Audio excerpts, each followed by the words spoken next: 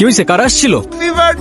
Happy birthday. মানে বুঝলাম না, তুমি আমাকে ফোনে বললা কারা যেন আসছে, তুমি লিটারালি কান্না করতেছিলা। তোমার এমনি করে ডাকলে তো তুমি কখনোই আসতে না, তাই আমি আর আফরিন আপু প্ল্যান করছি তোমার সাথে একটা প্র্যাঙ্ক করার। তোর মাথায় কি কমন সেন্স নাই? ওর কোনো দোষ নেই, কেন তুমি খুশি হও না? না খুশি হয় নাই। আর সারপ্রাইজ দিতে কে বলছিল তোমাকে? আমি বলছিলাম।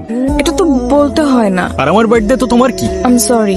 Don't say sorry. যেটা বুঝতে পারো না ওটা করতে যাও না। তোর আমার চোখের সামনে যেন আর না দেখি। তোমার সিকিউরিটির মধ্যে থেকে কিভাবে কেউ প্রফেসরকে নিয়ে যেতে পারে? নূরের উপর আমার সন্দেহ হচ্ছে, আমি ওকে ইনকোয়ারিতে বসাবো।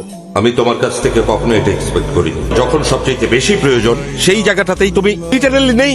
তুমি সাসপেন্ডেডই ভালো ছিলে। আমাকে আর একটু সময় দিন, আমি কথা দিচ্ছি আপনাকে, আমি ফ্যান্টমকে খুঁজে বের করবো। এখন আমার সাথে রাগ করে আসছো, আমি সরি। তোরা তো আর আমার সিচুয়েশনটার ব্যাপারে জানতি না, আমি অযথাই বেশি রিয়াক্ট করে ফেলছি। আমি সরি। আফরিন আপু কষ্ট পেয়েছে, সেদিন তুমি যাওয়ার পর অনেক কান্নাকাটি করতেছিল। পারলে একটা বার ওর সাথে দেখা করো, তোমার এখন ওর সবকিছু বলে দেওয়া উচিত। আমি সরি, সেদিন ওইভাবে রিয়াক্ট করার জন্য হয়তো তুমি ভুল বুঝছো। তোমার কোনো দোষ নাই, ভুল বোঝাটাই স্বাভাবিক। তোমাকে কিছু কথা বলার ছিল। বলো। ওকে আসলে ওইভাবে কখনো বলে ওঠা হয় নাই অ্যাবাউট হু আই অ্যাম। মানে তুমি না আমাকে বলেছিলে তুমি গভর্নমেন্ট জব করো? ওইটা শুধুমাত্র একটা কভার। মানে I work for an intelligence agency. আমার রিয়েল জব হচ্ছে প্রোটেক্টিং পিপল, যেটা হয়তো তোমরা জানো না রিয়েলিটিতে এক্সিস্ট করে। মানে আমি সেদিন যেটা যোগ ভেবেছিলাম